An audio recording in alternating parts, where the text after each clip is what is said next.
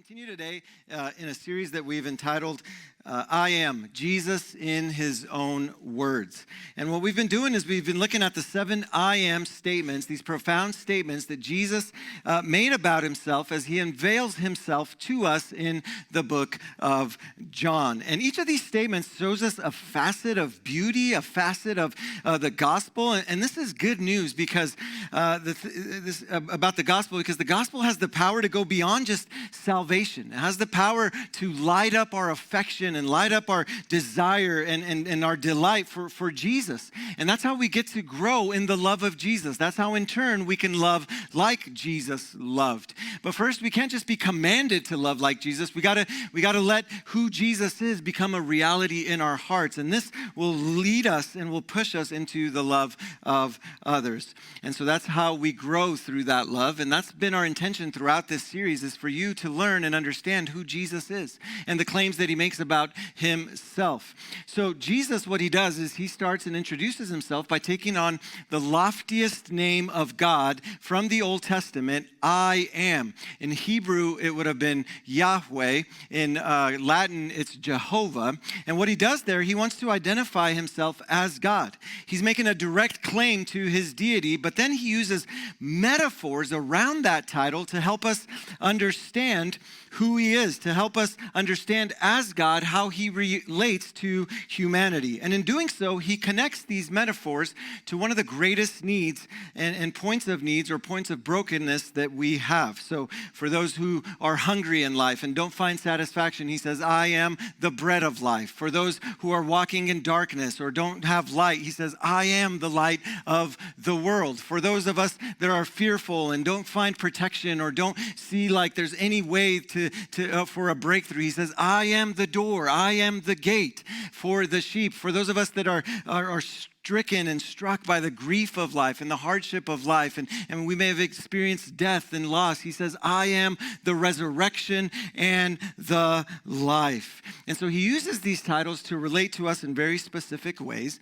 Today, we're going to look at what might be the most famous I am claims of all. To those who feel isolated, to those who feel alone and abandoned, Jesus says, I am the good shepherd. I am the good shepherd. And all over the world, you're going to find churches and schools and hospitals with that title, the good shepherd. So I want to look at what that means for you, what that means for me. Why does Jesus say it? And as always, I pray that Holy Spirit would preach a better sermon than I'm about to say today to you, right? So we're going to pick it up in John chapter 10. If you have your Bibles, you can turn there. And this is, we're going to start in verse 10 by way of review. Now, just a reminder, these verses are a continuation of a discussion that Jesus started with the Pharisees, in which the religious leaders, in which he explained that he was the gate and he was the door of the sheep. And I love that because of what Jesus has done, we have access to God. We have now access because of Jesus to the very presence of God. And if you remember in that discussion, Jesus from last week, Jesus was contrasting his leadership to that of the Pharisees. And Jesus had just forgiven an adulterous woman who the Pharisees were about to stone. He had just brought sight to a blind man who the religious leader despised. And he goes on to call them thieves and robbers. In fact, he says, you're just using the sheep. Rather than being for them, you're just in it for your own good. In essence, Jesus said, the true shepherd values the sheep. He values everybody. People that you even think are junk, the true shepherd, the good shepherd, loves them as well. So verse 10 said this, that the thief comes only to steal, kill, and destroy, but I have come that they may have life and have it to the full. Your translation may say, have it abundantly. So Jesus says this is what he's all about. This is his essence. He has come to bring us life, fullness of life, abundant life, over-the-top life, supernatural life. And I got to tell you, these verses here got me through some dark nights of the soul. Like knowing that God is for me, God is for life, and God wants to bless me with abundant life. Perhaps some of you here today need to hear that for the very first time. Jesus has come not just to give you life, but he's come to give you abundant life. That's his heart for you. And then he goes on to state what we're going to talk about today. Let's say the first underlined word together. I am the good shepherd. Yeah, that's what we're going to talk about. He goes on to say, the good shepherd lays down his life for the sheep. Watch this. The hired hand is not the shepherd and does not own the sheep. So when he sees the wolf coming, he abandons the sheep and runs away. The wolf attacks the flock and scatters it. The man runs away because he is a hired hand and cares nothing for the sheep. Jesus says it again, I am the good shepherd. I know my sheep and my sheep know me. Just as the Father knows me and I know the Father, and I lay down my life for the sheep. I have other sheep that are not of this fold or the sheep pen yet. I must bring them also. So that's in reference to not just the Jews are going to receive this Jesus, but it's also going to be the non-Jewish people, the other nations known as the Gentiles. Anybody that's not Jew is going to be in this fold as well. And he says, they too will listen to my voice. And there shall be one flock and one shepherd. The reason my Father loves me is that I lay down my life only to take it up again. No one takes it from me, but I lay it down of my accord. That's a powerful, powerful reality of the power that Jesus has. I have authority to lay it down and authority to take it up again. This command I have received from the Father. The Jews who heard these words were again divided. Many of them said, man, he's demon possessed. He's a madman, raving mad. Why would we listen to him? But others says, these are not the sayings of a man possessed by a demon. Can a demon open the eyes of a blind? That's what he just did. Can they do that? Let's jump down to verse 27 and 28. It's on the screen. My sheep listen to my voice. I know them and they follow me. I give them eternal life and they shall never perish. No one will snatch them out of my hand. I just love that assurance that we have. No one can snatch us out of the love of God for us.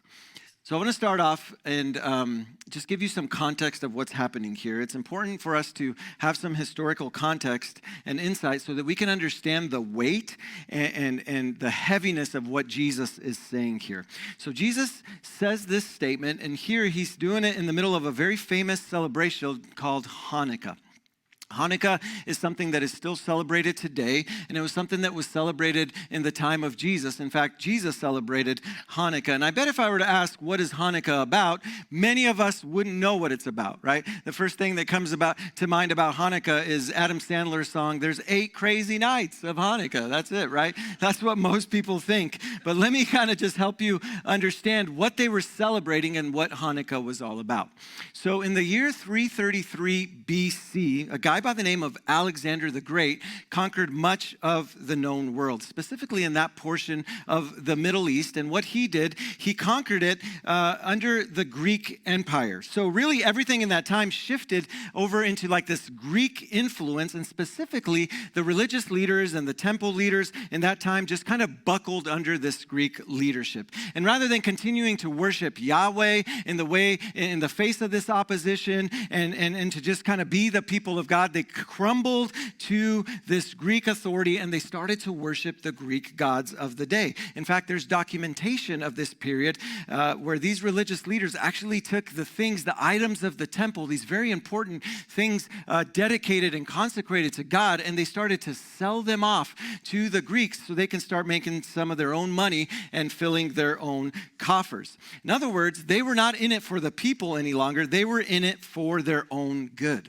But what happens is a family, and there was a person by the name of Judas Maccabeus, and he led an Israeli rebellion against these people, and he overtook them. He got the temple back, and this is the book of Maccabees, the first and second book of Maccabees. You can find that in the Apocrypha. So this is what they would celebrate during the Hanukkah. They would celebrate these heroes, the restoration of the temple. Now, one of the most important parts of the celebration is reminiscing and reflecting on the bad and corrupt leadership that they had at that time.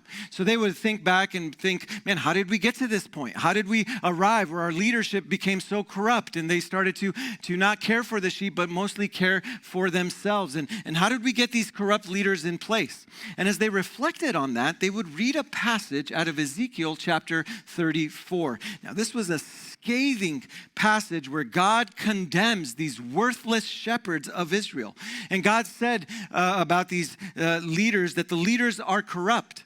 And he goes on to give them 10 different complaints about Israel's political and religious leaders that all center around the same theme. You don't love the sheep. You use the sheep. You don't feed the sheep. You use the sheep to feed yourself. You don't shield the sheep. You don't protect the sheep. You don't run after the sheep when they're in trouble. You actually let them wander and scatter. In fact, you don't take care of the sheep. You shear the wool and sell it off for your own benefit. You treat the sheep like nothing more than an asset to your personal fortunes. Now, I admit, even as a pastor, there are times when you're reading the Bible and it seems dry, right? And there are places in the Bible that can be boring when you're reading them. This is not one of those chapters. This is really exciting, right? By the way, that description that I just gave you, that could be said about a lot of Christian leaders today as well, unfortunately. And I know some of you have suffered under that kind of leadership and those type of leaders, and for whatever it's worth, I'm really sorry. I know that coming to a place like this makes it very difficult, and just being here today, we want to acknowledge you for being here. Thank you for not giving up on God. Thank you for not giving up on Him, even though you experienced some church hurt in your past. You know, as I was reading that chapter and just kind of reflecting on it this week, I was convicted because in the Greek, the word for shepherd and pastor are the same thing. And so I've been doing some soul searching this week as well as, man, how do I treat people? How do I serve the people? Am I walking the way that I should be walking? Because I want to model the kind of sacrificial leadership Jesus is about to describe here. Okay, so get the picture that's happening. They're celebrating Hanukkah. It's this huge celebration. They're celebrating these heroes. Everybody's back. It's awesome. And they're thinking about all the corrupt leaders and how they would not feed the sheep, but they would use the sheep and splurge on them and were only there for their own good. And that's kind of where the people's mindset are, and that's where the people are at. And it's during that celebration, Jesus steps up in that moment and he says, hey, that moment, Ezekiel 34 that you guys are thinking about, that wasn't a long time ago. That moment is now. It's right now. Nothing has changed. We are still in the same predicament with the same leaders. You Pharisees, you religious leaders and teachers, you're a bunch of thieves and robbers. I mean, can you sense the drama that's going on right in that moment? I mean, you could probably hear a pin drop. And then Jesus has the audacity and the claim to say, I am the good shepherd. In other words, let me model for you, let me describe for you what a good shepherd looks like. In contrast to all these other bad shepherds, here's what the good shepherd looks like. Here's what a good leader looks like. I mean, it's no wonder that people are like, he's demon possessed. This guy's raving mad. Who does he think he is? What claim is this, right? Now, I'm going to give you some things that he describes, but let me just kind of share this as sort of the big idea for today. Listen to me very carefully. Everyone has a shepherd. Every one of you has a shepherd that they are following. Every one of us is shepherded or directed by something or someone. Jesus says, I am the good shepherd. But whether or not you choose to let Jesus be your shepherd, we all have a shepherd. Because all of us, the Bible says, are like sheep. So all of us like sheep, and there's no such thing as a shepherdless sheep. So let me say it this way. We all have someone or something that's filling the role of shepherd in our lives. It's what leads us. It's what we think will bring us satisfaction and security and safety. It's what helps us make our decisions, because that's what shepherds do. They guide us, they lead us, they protect us, they give us satisfaction and lead us to where we need to be. Let me show you a list, and by no means is this an exhaustive list, but here are some things that we might look to as shepherds in this life. The first one is feelings. Some people follow their feelings. That's how they're being led. Others are friends, right? How about culture, right? How often do we make decisions or live our lives based on what is trending or what is not trending? Like, do you guys remember skinny jeans, right? Okay, that was so yesterday. Bell bottoms are back now. They really are. Like, another thing that just boggles my mind that's back, it's kind of actually cool, but it's like still bothersome, is like mullets. They're back. The kids, all the cool kids are rocking mullets. I'm trying to get my kid to rock them. He's like, no, that's lame, Dad. But like trends go up and down, right? Like it was cool, circa 2015 to have an electric car. Now it's not cool anymore. I don't know if that's because nobody likes Elon Musk anymore or what it is, but it's like cool, but it's not cool. It's like if we just keep following trends, we're just going to be all over the place, right? They go up and down. Money. That's another one that people follow. There's a lot of people in the world whose shepherd is money, and they want to be like Jordan Belfort, right? That's the status that they want. If you don't know who that is, it's the Wolf of Wall Street. Like everybody wants that. Power, right? Sports, either sports that you participate in personally that shepherd you through life, or watching other people play sports. Here's another one, education. That could be a shepherd. We want to be about degrees and diplomas. Parents, for sure, right? There are people whose parents aren't even alive anymore, but yet their parents are still shepherding the way that they do life because they always think, well, what would mom or dad think about this decision? By the way, as I look at that list here on the screen, it just dawns on me now, it kind of looks, and this was not on purpose, okay, it looks like an arrow, right? And it's pointed down. That's ironic. Anyway, okay, that squirrel. That's real. It is an arrow pointed down. Okay, you get the picture, right? These are shepherds that are going to lead you to the wrong track. Kids. I've seen so many families shepherded by their kids, and all their kids dictate what happens in life, and everything revolves around the kids and their activities and their time, and their marriage doesn't become a priority, right? Everything else is centered around the kids. The marriage becomes on the back burner, and lo and behold, empty nest, what happens? Empty life. Because you don't know your spouse anymore. You don't know who you're married to because you've been allowing the kids to be the center of the universe. Sex, that's the last one on there. But we could go on and on and on. There's so many that could be added to the list. All these are going to fill the place of a shepherd in your life if you don't put Jesus where he deserves to be in your life. Everyone has a shepherd. Now, Jesus isn't saying that there's other shepherds. He's just saying he's the one and only good shepherd. And really, the test of a shepherd's goodness comes down to what the shepherd does when life gets hard, right? And shepherds could stand in and be good when life's good, but when life gets difficult, what do these shepherds do? Isn't that what Jesus is saying about the hireling, right? We find out that who the real shepherd is from the bad shepherd is when push comes to shove. In fact, when he talks about the hireling in verse 13, one translation says, instead of hireling, it says rent a shepherd. I actually like that. Rent a shepherd, right? You ever rent a car? Anybody ever rent a car, right? Like when we rent a car, what happens? We all become NASCAR drivers, right? We're just running up curves. It's a rental. Who cares, right? That's what happens. Like I remember being in Hawaii once, and we had a drop-top Jeep, and we're cruising around the backside of the island. It starts raining. I mean, it's pouring, right? And my wife's like, maybe we should pull over and put the top down, put the top back up. Why? It's a rental. Let's just cruise and enjoy. It's pouring. It's not my problem. This is Alamo's problem. The radio doesn't work. It's all messed up. Nope, just turn it back in, right? That's what he's describing here. These shepherds are just rent-a shepherds. They don't care for the sheep. They see the wolf coming. They're bailing. Peace, right? I think about the prodigal son story, right? He went off to a faraway country, and it was prostitutes and fun and gambling, and it was excess, and he would get drunk, and he had all these friends, and he made friends rather quickly, right? It's easy to make friends when you're buying drinks for the whole bar. Let's go. Like, you're my buddy, and we're partying. But the Bible says that the economy of the day dropped. They were on hard times, and guess what? All the friends bailed. All the friends disappeared. In fact, all the money ran out, and this prodigal son ends up in the hog pen, right? His friends were there to spend the money to celebrate when the good times came, but then when the good times ended, they all bailed. That's what happens to us when we bind our lives to the wrong things and are led by wrong shepherds. Jesus, in fact, says, storms reveal whether you've chosen to put your house on the rock or you've chosen to build your house on the sand. And by the way, spoiler alert, storms are coming. They will come. And that'll reveal whether or not you've put your faith in the right or wrong shepherd. So what makes Jesus the good shepherd? How do I know? Let's unpack this. Write these couple of principles down. Here's the first one. Jesus, as the good shepherd, fully knows me.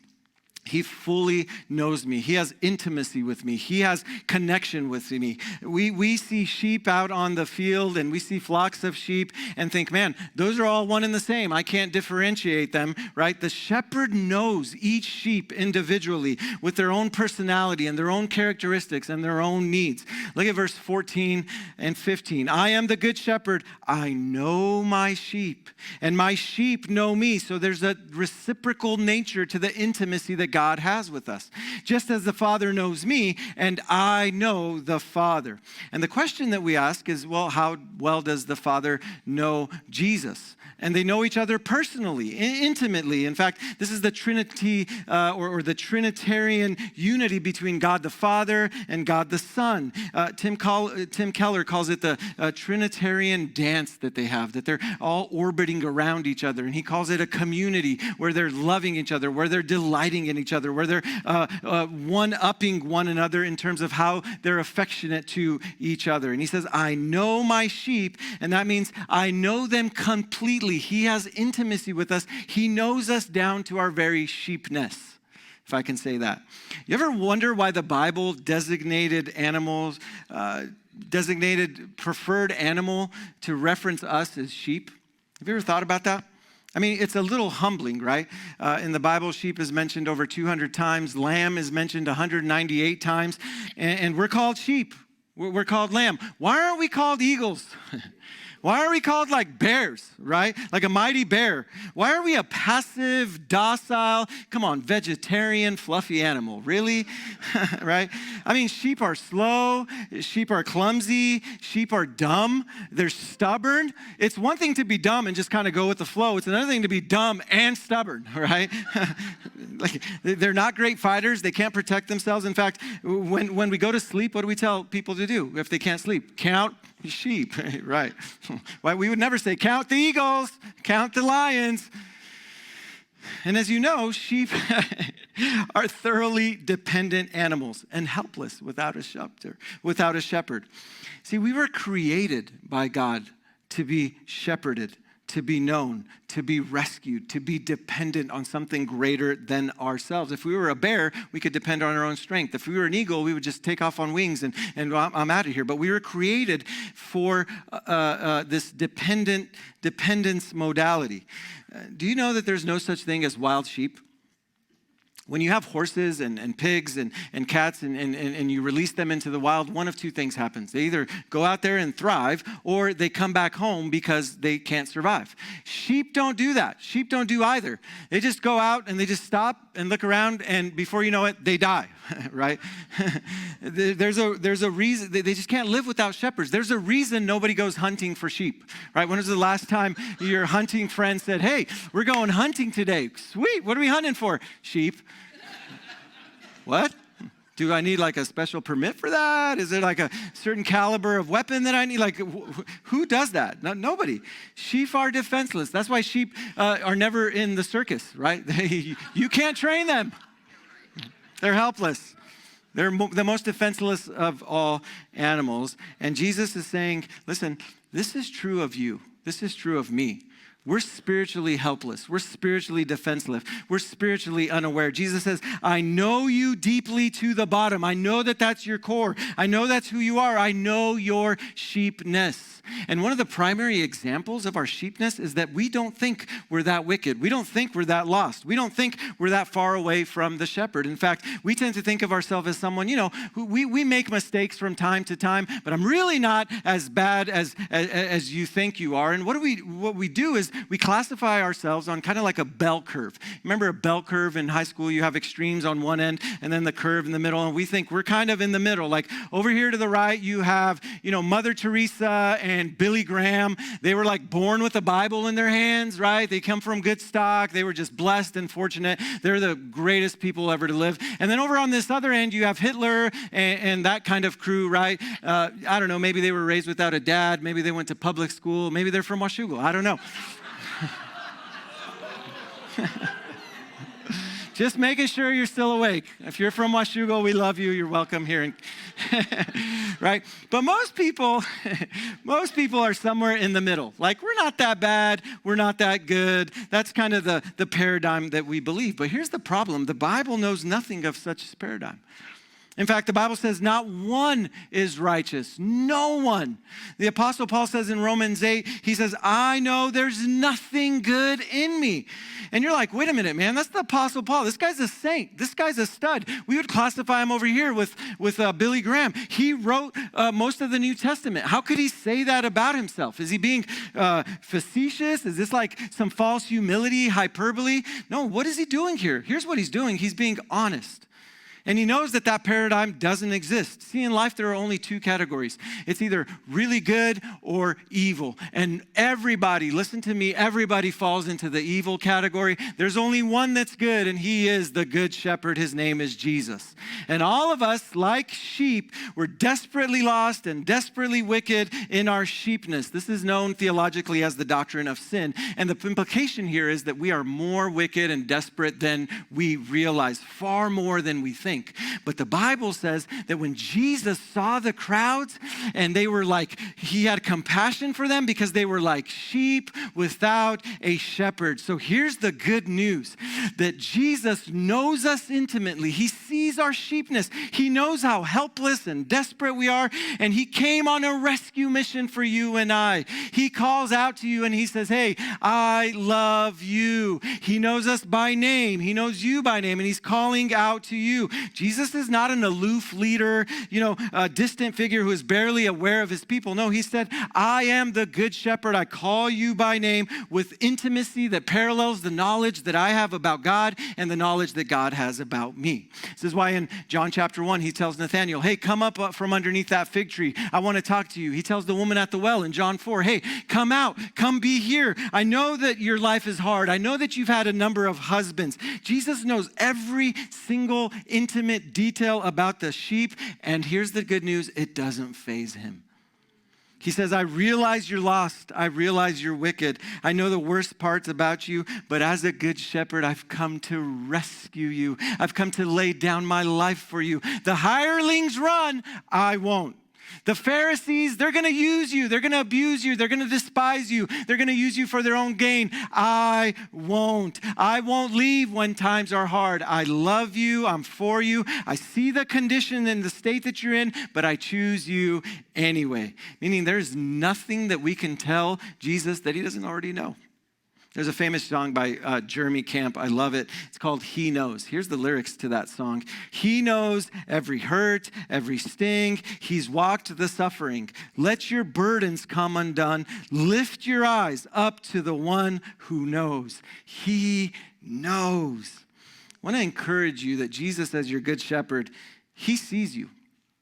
He hears you. You may think you're all alone. You may think nobody sees you, nobody hears you. He sees that you're lost. He sees that you're hurting. He sees that you're wandering. And because he knows you completely, he is able to lead you effectively to everything that you need. And he is able to give you what you need precisely in the time frame that you need it. Not only am I fully loved or fully known, but here's number 2. Jesus, as the good shepherd, fully loves me. Fully loves me. So here's what he says in verse 11 and 15. I am the good shepherd. The good shepherd lays down his life for the sheep, just as the Father knows me and I know the Father. I lay down my life for the sheep. This is the deepest cry of our souls, to be fully known and fully loved by God. This is what what we're created for. Sociologists would say that we have a hierarchy of needs. And the first need would be, our basic essentials, water and food. And then the next level would be shelter and safety and protection. But right after those needs are met, there's something even greater that's pressing. And those two things are to be known and to be loved. Two things that the shepherds in that day and in the Old Testament weren't doing. They didn't care about the sheep. They didn't know the sheep. They didn't love the sheep. Jesus says, I know you and I love you. In fact, I'm going to prove to you how much I love you. I'm going to come lay my life down for you. I've highlighted that word there in the passage, for. It's a very common preposition in the English language, that word, and there's not much distinction with it, but in the Hebrew, or the original Greek language, that word means in place of, or in substitution for. So what Jesus is saying here is he's saying, I'm the good shepherd who actually became a sacrificial lamb for you. I actually became you. This is what he says in Isaiah 53. He says, he was oppressed and afflicted, yet did not open his mouth. He was led like a lamb to the slaughter, and as a sheep before his shears is silent, so he did not open his mouth. What's happening here is known as a theological concept called substitution, where Jesus takes your place and you take his place. Let me show you maybe the famous verse that describes this, 2 Corinthians 5:21. God made him who had no sin to be sin for you, so that in him we might become the righteousness of God. This is so beautiful. There's two different unique things that are happening here. In the first part of the verse, while on the cross, Jesus takes and becomes sin for us. So Jesus is treating, get this, treated as if he's committed every sin that every person who ever believed in him, that ever lived, was placed onto him. As if he committed every single sin. I mean, think about all the sins that you've committed in your life. Right? It's innumerable. Think about just the sins that you committed last week, just this morning. We don't even know what they are. And God treated Jesus as if all those were placed on him. But that's not all. The second half of the verse is perhaps even more meaningful. It says, God made him who had no sin to be sin for us. Here's the second half. So that in him we might become the righteousness of God. So this is the other side of substitution, and it's an absolutely mind-blowing. So Jesus comes to earth. He takes on flesh, lives 33 years, a perfect life, dies on the cross for your sins, and that perfect life is now credited to your account. So your evil life, all the sin that you're done, gets thrown on him, while his perfect life becomes the exchange that you receive, and that becomes on you. It's powerful. Look at this couple verses. For you know that God paid a ransom to save you from the empty life that you inherited from your ancestors. That's the life of sin. And it was not paid with mere gold or silver, which lose their value. It was the precious blood of Christ, the sinless, spotless Lamb of God. Why? Why would he do this? Look at Romans 5:8. He demonstrates his love for us while we were yet sinners, far from God, lost, wayward. He knew our sheepness and he loved us anyway. Christ died for us. So powerful. One more. Listen to this beautiful verse. Where shall I go from your spirit?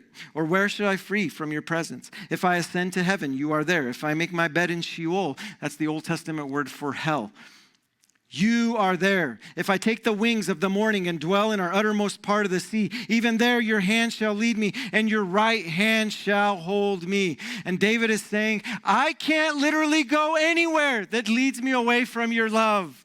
That's how much he loves you. Even if I make my bed in hell, God, you would not leave me there. And the reality is, we did make our bed in hell, and God came for us and rescued us, and he did not leave us alone. And he says, there I come to protect you, and I entered hell to take your place so that you may have life. Isn't the love of God awesome? God loves us so much. I love it. I say it this way often. God loves you so much that if he had a refrigerator, your picture would be on it. That's how much he loves you. That's how much he thinks about you. That's how much he cares about you. And here's the beauty of this. He wasn't bribed into doing this. He wasn't imposed on him. He did this willingly. Look at verse 17 and 18. The reason my Father loves me is that I lay down my life only to take it up again. No one takes it from me, but I lay it down on my own accord. He loved you enough to say, I'm going for them. When they're having a meeting up in heaven, I can use my holy imagination and think, man, God the Father, God the Son, Holy Spirit, they're having a discussion and they're talking, okay, well, how are we going to do? What are we going to do? They fell into humanity's. I'm going to go. I know what I need to do. I'm doing it, God. And he says, I have the authority to lay it down and the authority to take it back up. Why? For the joy set before him, the Bible says, he endured the cross. What joy? The joy of knowing, the joy of loving you, and the joy of knowing that you would know him and that you would love him. It's beautiful. But when you receive his love as the good shepherd, when you receive the fact that he knows you intimately and he wants an intimate desire, an intimate relationship with you, that's his desire, he requires something of you. Here's the third thing, and we're going to close. The good shepherd has right to ownership. The good shepherd has right to ownership. In other words, we surrender to his authority. Look at verse 12 and 13 very carefully. The hired hand is not the shepherd and does not own the sheep. There's ownership involved with the right shepherd. In other words, the higher hand is not invested in you. They only want something from you. You are just a means to an end. But Jesus says, I'm the owner because I came to pay everything for you. I've come to give you everything. Now, this is ironically the thing that we love the most when we receive it deep down in our hearts. And it's also the thing that we hate the most about the true claims of Jesus. Right? Listen to me very carefully.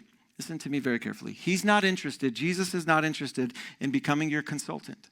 He's not interested in being your social media buddy or your personal assistant or someone who you just call here and there when you need a hand-me-out.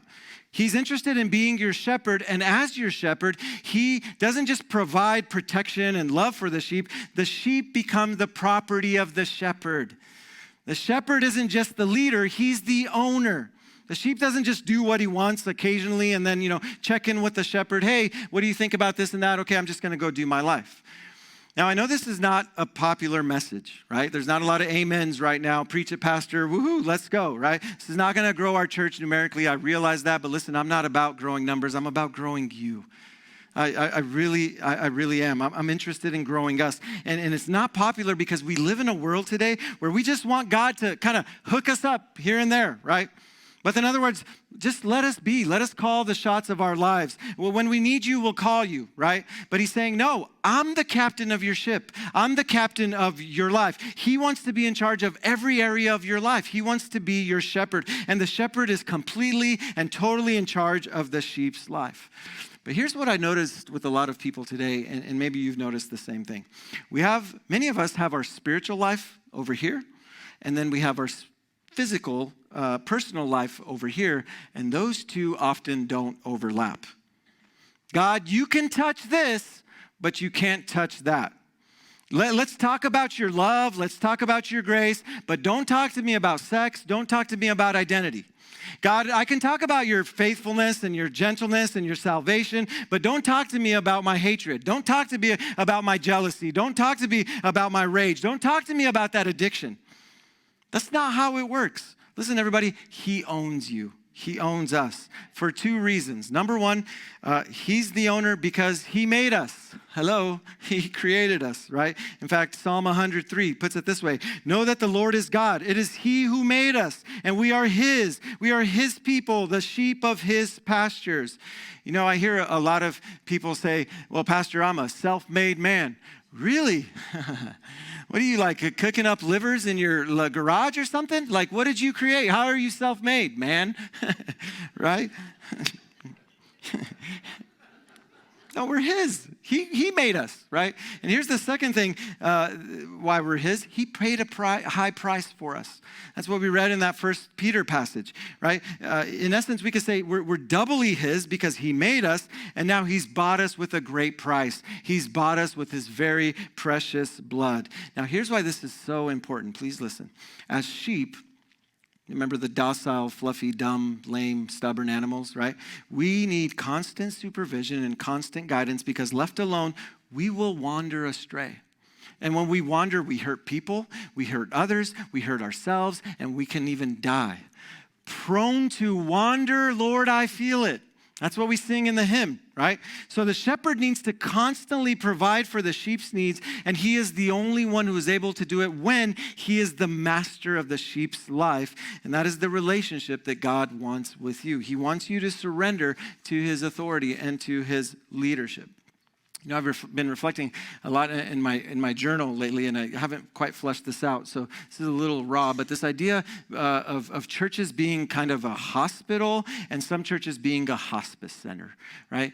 You guys know the term hospice, right? Where people facing a chronic illness or a disease are made to feel comfortable, and they're made to be, everything is comfort until they die, right? There's a lot of churches out there like that, who have become hospice centers, who are just like, we're just going to make you feel comfortable. We're going to give you all this candy. We're going to give you all this medication. It's going to numb the pain. You're not going to feel anything. Oh, but never mind, you're going to die. But just feel good. Conversely, a hospital will do intervention. A hospital will often inflict pain and surgery and invasive interventions. Why? To get you back to life. A good medical doctor will honestly tell you what is wrong. He will give you a good diagnosis of what is wrong in your life. He's going to tell you the truth.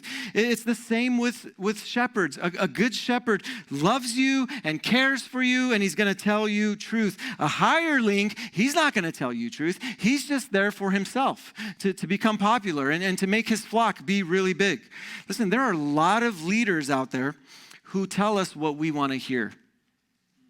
There are pastors and shepherds who are going to give us candy and sweets. But here's the reality. We cannot live on candy and sweets. Sometimes we're going to need a T-bone ribeye steak, right? Sometimes we need some hard truths. And at times, God wants to do intervention in our life. And it's for the very reason that he said in John 10:10, I've come that you would have abundant life. That's why he does the intervention. Sometimes he wants to point out the poison and the rot that's in our life, that sin that leads us to death, and he wants to eradicate that. And he's going to have surgeries for us that eradicate that. Do you know what happens with lost sheep? I was actually reading about this in a commentary.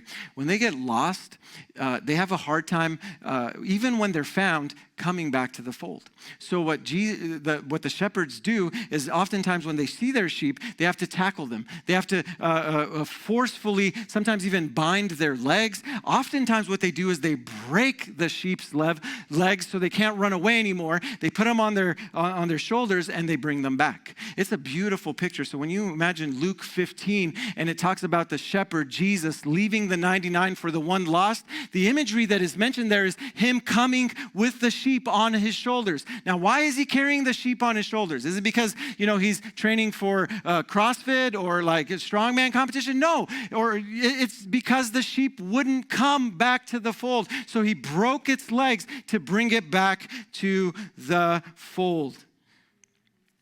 And this is the shepherd's heart for you. This is the shepherd's heart for me.